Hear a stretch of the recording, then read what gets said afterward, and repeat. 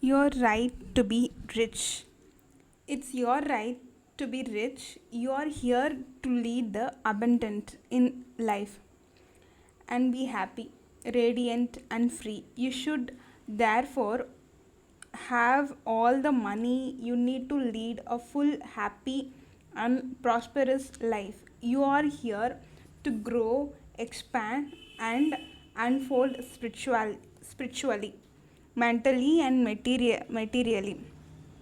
You have inalienable right to fully develop and express yourself along all lines. You should surround yourself with beauty and luxury. Why be satisfied with just enough to go around when you can enjoy the riches of your subconscious mind? In this chapter, you can learn to make friends with money, and you should always have a surplus. Your desire to be rich is a desire for fuller, happier, more wonderful life. It is a cosmic urge. It is not only good but also very good. Money is a symbol. Money is a symbol of exchange. It means you not only freedom from want but beauty, luxury, abundance, and refinement. It is merely a symbol of economic health of a nation. When your blood is circulating freely in your body, you are healthy. When your blood is circulating freely in your body, you are healthy. When money is circulating freely in your life, you are economically healthy. When people being to hoard money to put it away in tin boxes and became charged with fear, that is economic illness. Money has taken many form as a medium of exchange down through the centuries, such as salt, beads, and trinkets and of various kinds. In early times, a man's wealth was determined by the number of sheep and oxen he had. Now we use currency and other negotiable instruments, as it is much more convenient to write a check than carry some sheep around with you to pay bills. How to walk the royal road to riches. Knowledge of the power of your subconscious mind is the means to royal road to riches of all kinds, spiritual, mental, and financial. The student of the law of mind believes and knows definitely that regardless of economic situation, stock market, fluctuation, depression, strikes, war, other condition or circumstance, he will always be amply supplied, regardless of what form money takes.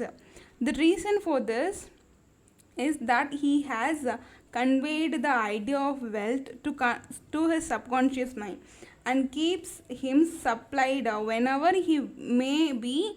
He has convinced himself in his mind that money is forever flowing freely in his life, and that there is always a wonderful surplus.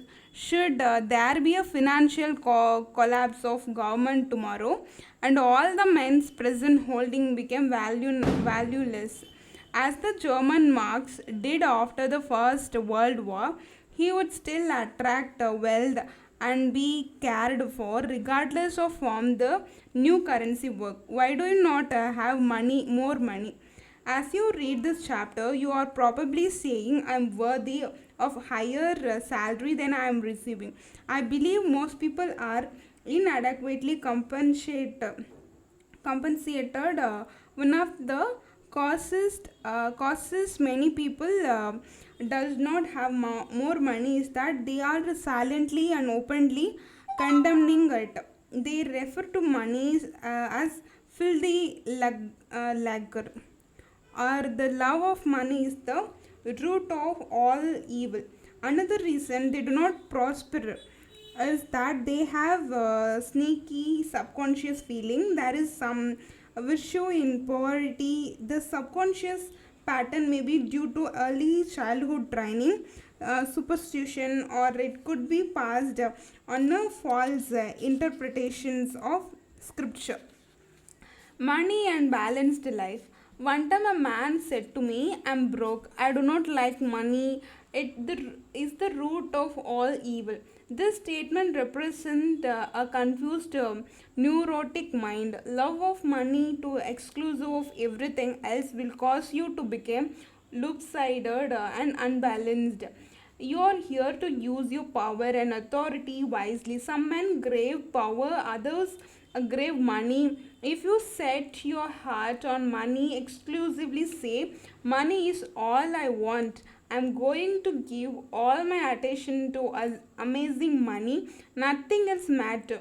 You can get money and attain a fortune, but you have forgotten that you are here to lead balanced life. You must also satisfy the hunger for peace of mind, harmony, love, joy, and perfect health. By making money your sole aim, you simply made a wrong choice. You thought that was all you wanted, but you found after all your efforts that it was not only money you need. You also decide true expression of your hidden talent, true place in life, beauty, and the joy of contributing to the welfare and success of others. By learning the law of your subconscious mind, you could have $1 million of money, many millions. You could have $1 million or millions if you wanted them, and still have peace of mind, harmony, perfect health, and perfect expression. Poverty is a mental disease. There is no virtue in poverty. It's a disease like any other mental disease. If you were physically ill, you would think there was something wrong with you. You would seek help and do something about the condition at once. Likewise, if you do not have money constantly circulating in your life, there is something radically wrong with you. The urge of a life principle is toward growth, expansion, and a life more abundant. You are not here to live, hovel, dress in rags, and go hungry. You should be happy, prosperous, and successful. Why you must never criticize money. Cleanse your mind of all weird and substitutious beliefs about money. Do not ever regard money as evil or filthy. If you do, you cause it to take wings and fly away from you. Remember that you lost what you condemn. You can't attract what you criticize. Getting the right attitude towards money. Here is a simple technique you may use to multiply money in your experience. Use the following statement several times a day. I like money. I love it. I use it wisely, constructively, and judiciously. Money is constantly circulating in my life. I release it with joy, and it returns to me multiplied in a wonderful way. It is good and very good. Money flows to me in avalanches of abundance. I use it for good only, and I am grateful for my good and for the riches of my mind. How is the scientific thinker looks at money? Suppose, for example, you found gold, silver, lead, copper, or iron in the ground. Would you pronounce these things evil? All evil comes from man's darkened understanding, from his ignorance, from his false interpretation of life, and from his misuses of his subconscious mind. Uranium, lead, or some other metal could have been used as a medium of exchange. We use paper, bills, checks, nickel, and silver. Surely these are not evil. Physics and chemists know today that the only difference between one metal and another is the number and the rate of motion of electron revolution around a central nucleus. They can now change one metal into another through a bombardment of the atoms in the powerful cyclotron. Gold under certain condition become mercury. I believe that our modern scientists in the near future will be able to make a gold, silver and other metal synthetically in the chemical laboratory. The cost may be prohibitive now, but it can be done. I can't imagine any intelligent person seeing anything evil in electrons, neutrons, protons and isotopes. The piece of paper in your pocket is composed of atom and molecule with their electrons and protons arranged differently. Their number and rate of motions are different.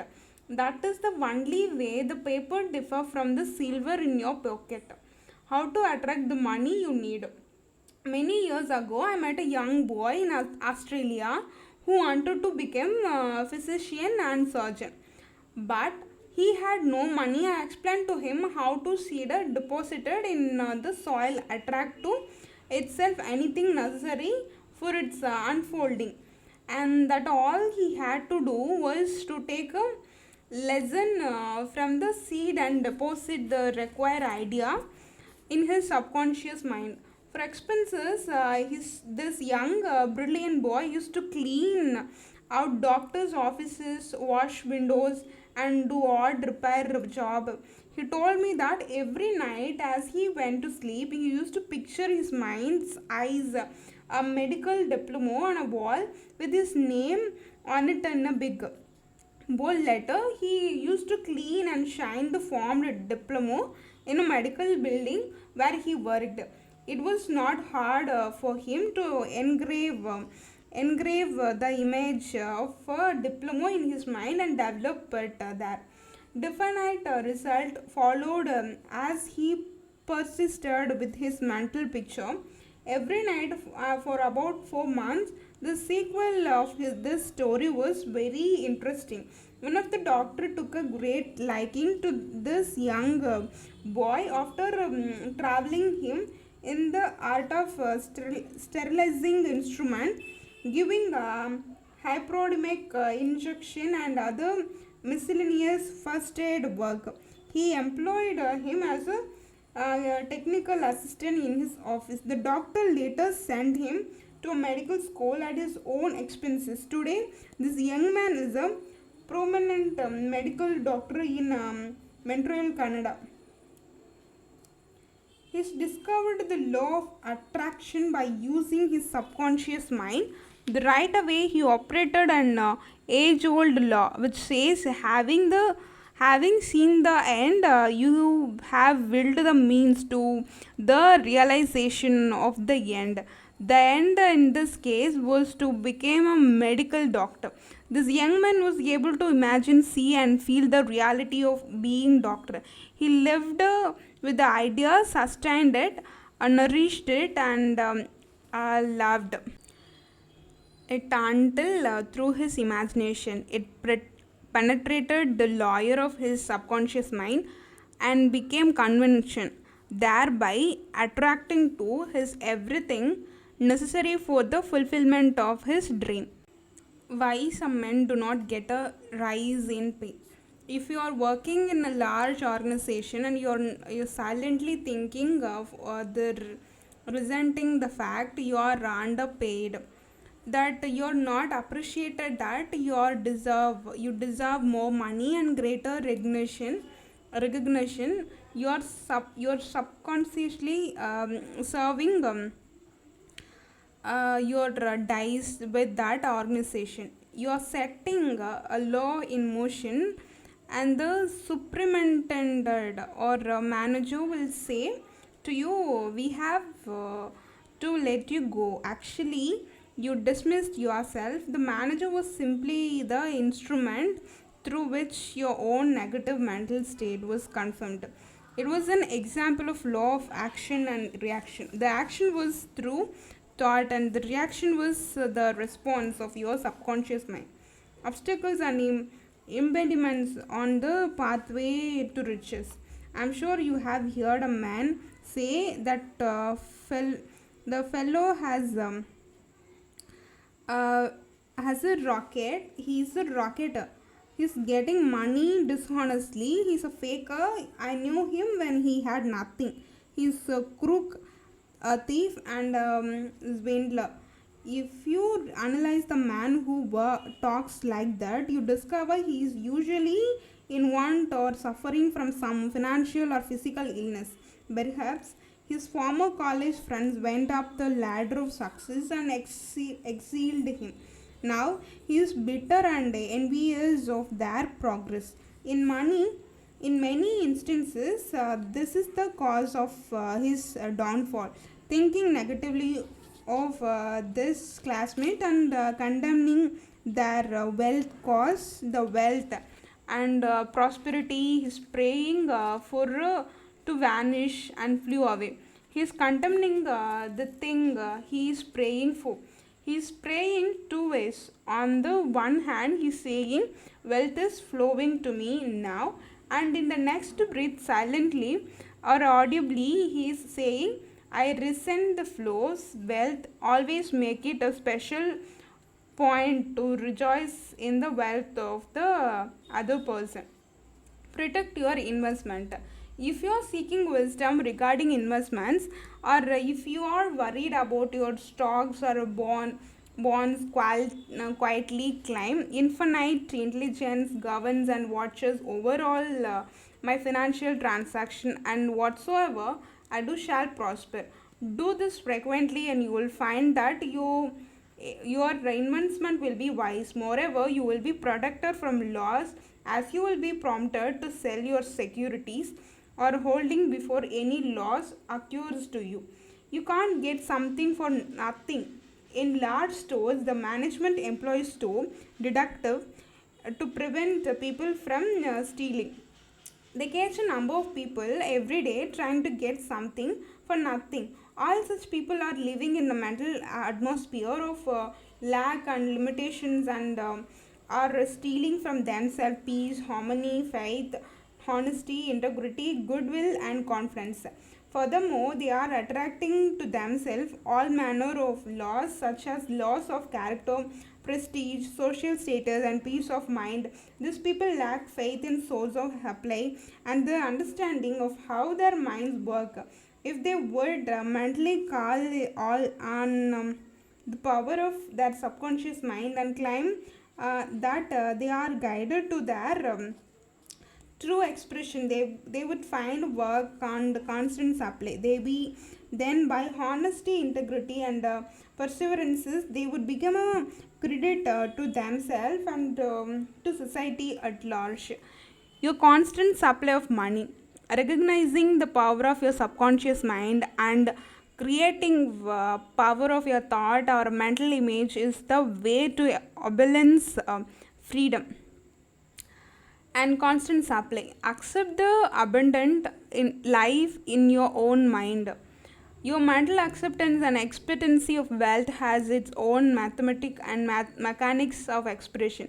As you enter into a mood of abundance, all things necessary for abundant life will come to pass. Let this be your daily affirmation. Write it in your heart. I'm one with the infinite riches of my subconscious mind. It's my right to be rich, happy, successful. Money flows to me freely, occupiously, copiously and endlessly. I'm forever conscious of my true worth. I give my talent freely, and I'm wonderfully blessed financially. It is wonderful. Steps Step ups this way to riches. Be bold enough to climb. That is your right to be rich, and your deeper mind will honor your climb.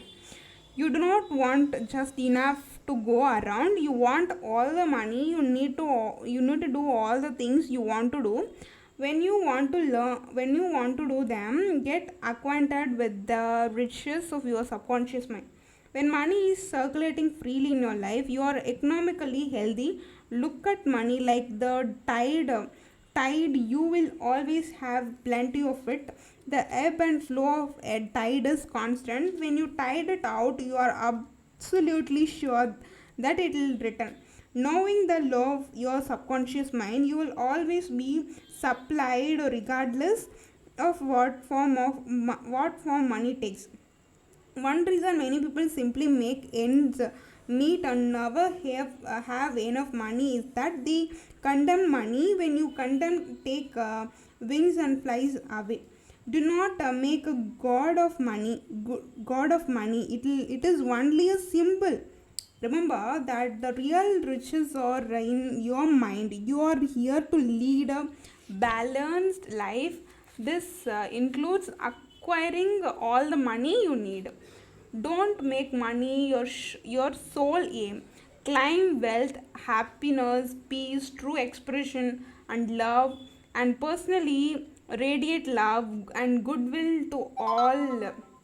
Then your subconscious mind will give you compound interest in all this field of expression. There is no virtue in poverty. It's a disease of your mind, and you should heal yourself of this mental conflict or a malady at once. You are not here to live in a hovel, to dress rags, or to go hungry. You are here to lead life more abundant. Never use the term filthy liquor or despise money.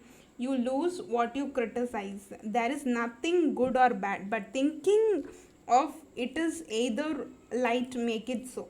Repeat frequently, I like money, I use it wisely, constructively, and judiciously. I release it with joy, and it returns a thousandfold. Money is not evil anymore, so than copper, lead, tin, and iron, which you may find in the ground, all evil is due to ignorance and misuse of the mind's power. To picture the end result in your mind, cause your subconscious to respond and fulfill your mental picture. Stop trying to get something for nothing. There is no such thing as a free lunch. You must give to receive. You must give mental attention to your goals, ideas, and enterprises. Your deeper mind will back you up. The key to wealth is applications of the law of the subconscious mind by impregnating it with the idea of wealth.